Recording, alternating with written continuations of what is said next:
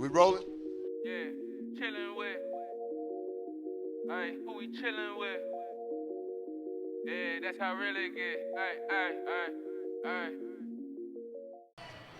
Okay, good afternoon. This is Coach Cleve, and we're here at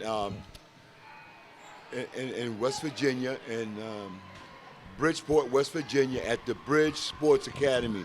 We're kind of concluding our second day of basketball tournaments, and we at We Hoop all day, every day. We're a family orientated business or entity, and one thing we like is seeing the family coming out having a good time. Here we have a great grandmother, and your name is Mrs. Etta Jacina Bland. And where are you from, Miss Bland? I'm from West Helena, Arkansas. Arkansas. Now, somebody told me that you used to ball. No. No? You told me you played basketball. Oh, basketball? Yes. Oh, yes. I played high school and junior college basketball. Did you have game? Yeah. Oh, wait a minute. Don't be yelling at me now. Okay. Yeah. Now, when you see your great grandsons play, Oh, what do it's, you tell them? oh, it's just a blessing to see them do that. Okay. Instead of being in the street. Very The good. family together and Right. doing the right thing. Right. Okay. Now, this is your granddaughter, This is my granddaughter. and you are Miss. Kelly Adams. Okay. You want me to hold it? Okay. Okay. And tell us something about you. Uh, Where are you from? I'm from Chadsport. I'm an attorney. I have 3 beautiful sons, and they ball. And I took home 2 chips today. with my What? son. You won 2 championships? Got 2 chips What? today. This is God. God's bless you. Oh, yes, he now, has. This is my favorite little always in the way player. Every time I look around, he on the court, dribbling that ball. Okay, what's your name, buddy?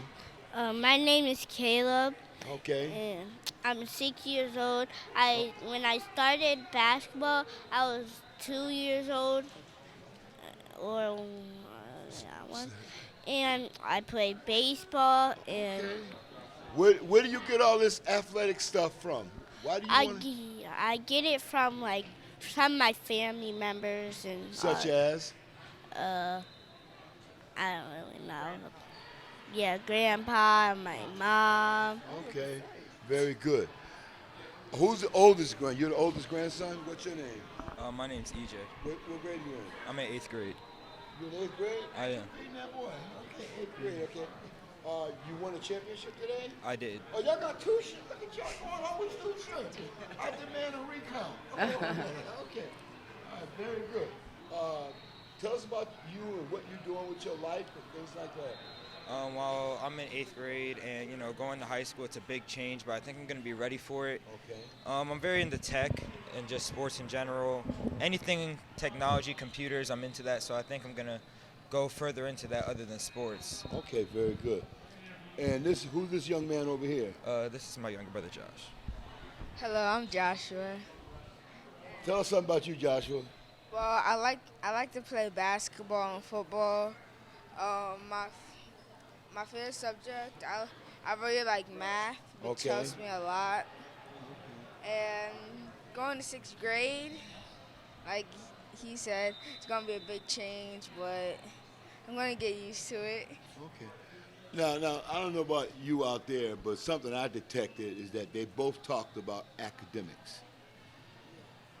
What'd you call it? High tech? Yes. High tech, and he's talking about that. And this is unbelievable. The mom's an attorney. You got great grandma here. You got, I taught high school for 49 years. where at? In West Helena, Arkansas, Central High School. See, you know what? I'm a former teacher. I knew it was something that attracted me to you. And actually, was it yesterday or today? You came up to me and you said, "I like how you handled those boys because there was an incident yesterday, and I was a disciplinarian educator. My voice changes very quickly. Then I know I got to have their attention." She came up to me and said, "I like how you handled them boys yesterday. I knew you was a principal." So thank you for saying I was a principal, all right? I was just a little old teacher, little old school in Connecticut and in Virginia. But this is great. Now, what's your area of expertise as an attorney? I'm a civil litigator, so I do a lot of personal injury, family law, consumer debt. My ankle. Hold Come see me. I'm in Chas Ford, Pennsylvania. Okay. So this is great. Now, you're all done for the day? On our way back to Delaware side. Wow, this is great. Well, we want to, first of all, thank you for coming. You got a beautiful family. Thank You you. got 3 wonderful young men. Thank you. Except that one right there. He's a baller. He gonna be the baller. This think little boy was every time there was a break or timeout, he was out on that court, dribbling, getting all in the way. But that's okay. We would rather for him to be here in this arena, and as the great grandmother said, rather than in the streets. That's right. In the streets. How proud are you when you see your great grandkids play? Oh, I just love it. I go all over everywhere, all over the states. Watching them play. To see them play. I have 13 grandchildren. I think I've seen them all this 13? year. Great grandchildren. Great grandchildren. I think I've You're seen. a bad lady there. No, I just love children, and I like to see them, do well. Now, you mentioned that you were a teacher. What was your area of teaching? I was in the best area you could think of, special education. Oh, you know what? And Me too. and if I had to hire somebody, that's who I would hire, because a special ed person tries to prove to you that they can do it. If you're smart, Yes. you do what you want to do because Right. you think you know it all. Right.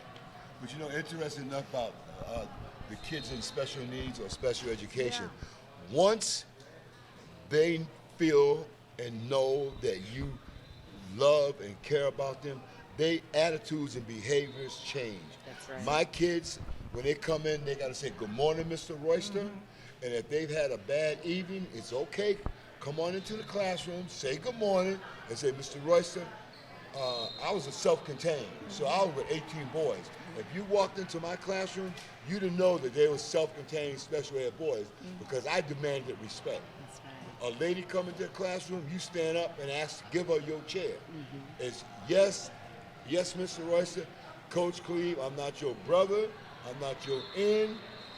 You cuss me out, I'm coming to your house. Amen. And we're gonna have a conversation.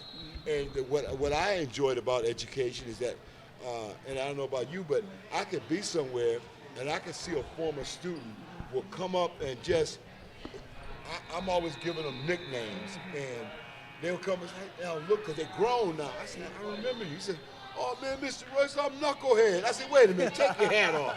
I said, "Is that you, Knucklehead?" All grown, and if they have kids, I say, "So your kids are in special ed?" And 80% of them will say, "Oh no, I don't play that special ed stuff." They know how to behave. So in your travels, have you run into some of your students? And Oh yeah.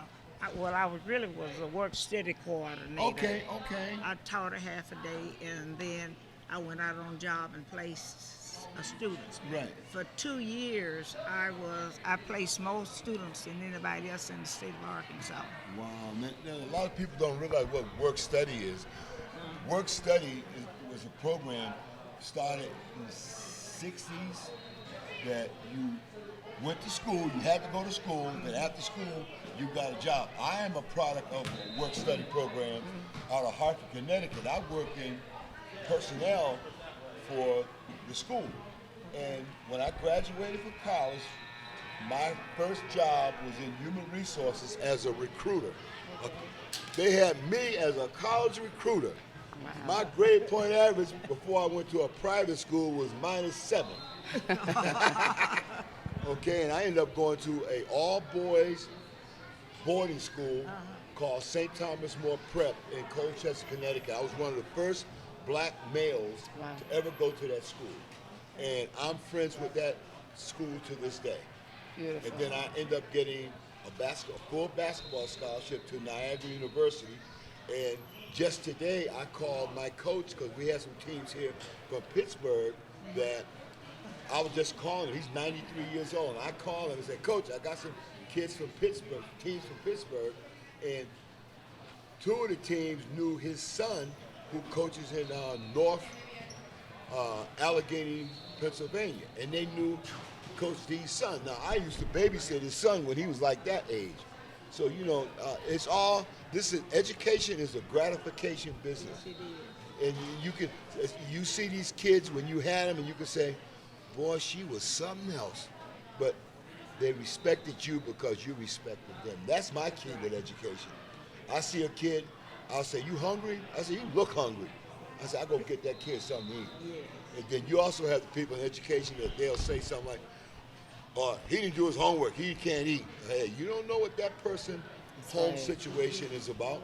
And how much would you say a year would you come out of your own personal pocket to help your students? I don't know because I see that they need something. I'll just slip it to them like that. I never let people know what I do for people. Oh, see, you know what? I like how you said that. You slipped it to them. Yeah, I do. Sunday school, church, or anything. Right. You know, if you need it, I'll give it to you. That's true. But I always say, don't tell anyone. There you go. There you go. I'm going to ask you guys a question. What is it like playing basketball, seeing your great-grandmother here? I think for the love of the sport just grows stronger because always growing up I've been around basketball and that has increased my love for the game, and then knowing that my great-grandma played, it's just like it's an extra boost. Yes, It just, there you go. For me, it's just going out on the court, being able to see my grandma watching me, giving me encourage, making sure I'm okay, keeping me up when I feel down. Good. Yeah. I don't know. For your three that's here, what is the greatest achievement that you would like to see them achieve? What they want. I don't want them to just follow in my footsteps. Okay. I want them to achieve in what they want to do, Okay. and so that they can enjoy it. Okay. Very good.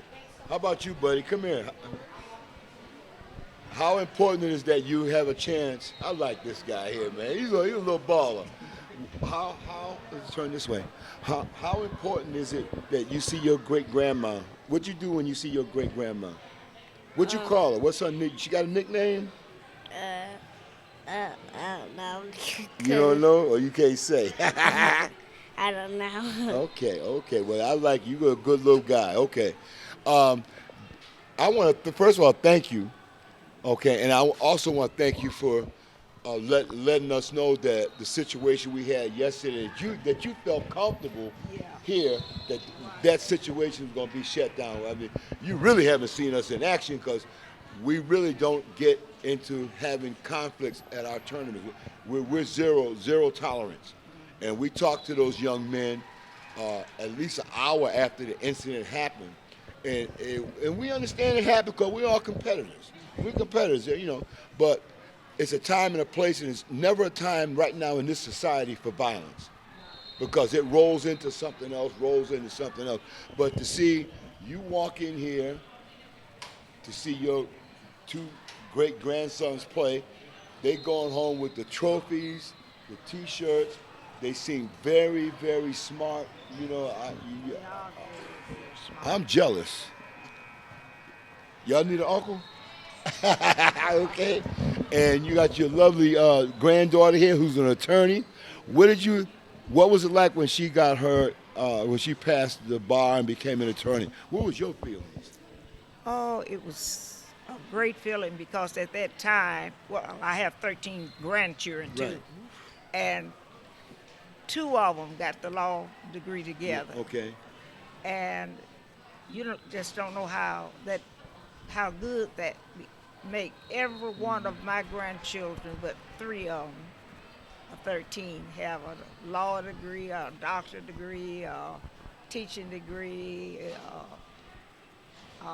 typing, business degree or something. Everyone have done real well. I have 3 more that's in school. But Okay. Wow. So it sounds like you're an inspiration to them. oh, I hope so. Pat you up on the back. Pat you up on the back. But they are for me. Right. Exactly. They Okay. are for me. Good. Well, you know, This is great. Again, we just picked this young lady out of the crowd, and it's a blessing to have her and her family here. 2, 3 nice, well-mannered young men. Well-mannered young men. Plus, it also look like mama don't play, all right? Okay? And that's great. So this is Coach Cleve at We Hoop all day, every day here in Bridgeport, West Virginia, just having a family sit-down conversation. We have the Adams family and the Bland family. And this is a great family. This is a well put together family, highly educated, and they get that all from the great grandma, all right, the leader of the pack, okay? Thank you for listening, okay? It's